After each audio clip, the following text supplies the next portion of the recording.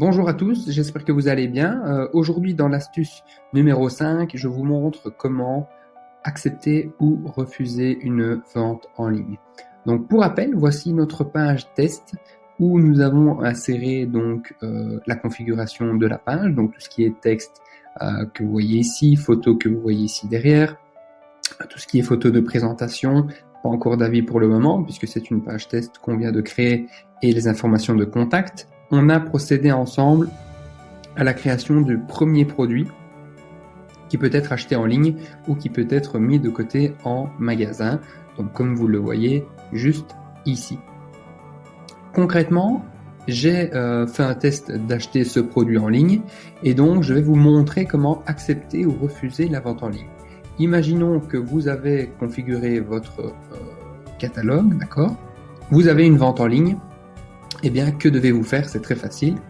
Vous devez vous connecter à votre panel d'administration, d'accord? Une fois que vous êtes sur ce panel d'administration, pour rappel, à gauche, vous avez la gestion du menu. Au centre, les informations relatives à l'onglet sur lequel vous avez cliqué. Et vous pouvez toujours voir votre page comme un utilisateur ici en haut à droite. Pour voir vos ventes, vous avez deux choses à faire concrètement. Un, cliquez ici sur vos ventes. Donc hop, c'est ce que je viens de faire. Et on voit qu'ici qu'une vente a été réalisée à l'adresse de livraison suivante. Donc Guillaume Pétain, l'adresse email, etc., etc. D'accord? Ici, vous voyez le produit qui a été acheté. Donc si jamais vous avez plusieurs produits qui se ressemblent, vous pouvez sans problème cliquer dessus et le système va automatiquement vous montrer exactement le produit que ça concerne si besoin. Et vous voyez eh bien, que le client a payé votre produit. Alors ici, j'ai mis un prix test ainsi que la livraison que j'ai fait payante dans ce cas-ci. Vous pouvez bien entendu faire cette livraison offerte et si vous avez vu la vidéo précédente, je vous recommande de le faire. Vous avez maintenant le total que le client a payé. Concrètement, que devez-vous faire? Eh bien, deux choses à faire. Première, c'est dire si vous acceptez ou refusez cette commande. Alors concrètement, imaginons que vous aviez 3 articles en magasin, que vous avez en une demi-heure vendu les 3 articles, hop, cette commande vient de tomber, pas de chance, l'article n'est plus disponible. Eh bien, vous pouvez refuser la commande parce que vous n'avez plus l'article de stock. D'accord? Au contraire, vous pouvez accepter la commande si vous avez l'article de stock ou que vous pouvez le avoir sous des délais extrêmement courts de maximum 24 heures.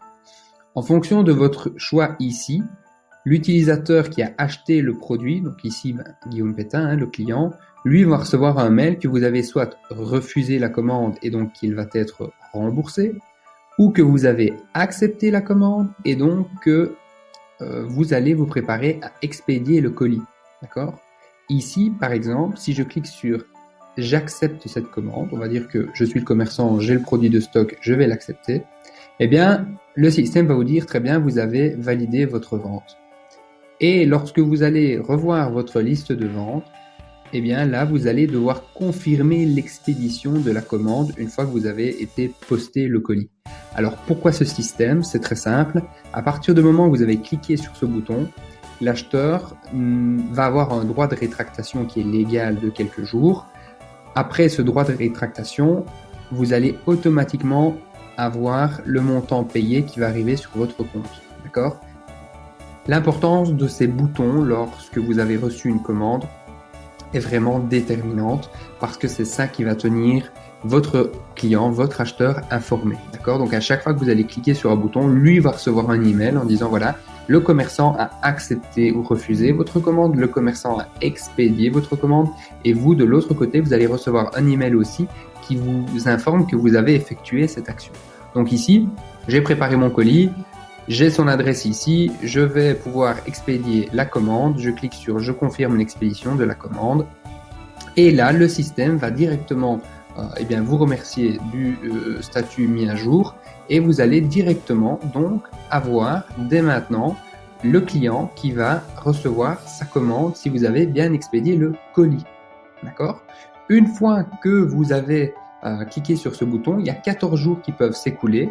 Pendant ces 14 jours, l'acheteur peut soit faire fonctionner son droit de rétractation et demander le remboursement. Dans ce cas-ci, il doit évidemment vous renvoyer l'article en parfait état. d'accord? Et de l'autre côté, dès que ce droit de rétractation est passé, eh bien le montant vous est automatiquement livré. D'accord? Livré sur votre compte en banque, bien entendu, par virement. Donc, vous avez vu, c'est très facile. Vous avez une vente. Première étape, c'est dire si vous l'acceptez ou la refusez. Deuxième étape, c'est de dire si vous l'avez bien expédié. Et bien entendu, il faut faire cela selon les délais de livraison que vous avez renseignés. Donc, pour rappel, vos délais de livraison se trouvent ici dans produits valeur par défaut. On voit que en Belgique, on a mis 3 jours. Et donc, si après 3 jours, vous n'avez pas répondu, le système va automatiquement annuler votre vente et rembourser l'acheteur. Donc là, vous n'allez rien toucher du tout. C'est vraiment très, très important d'offrir un service irréprochable aux clients pour qu'ils soient encouragés à racheter chez vous d'autres produits, d'autres articles dans le futur.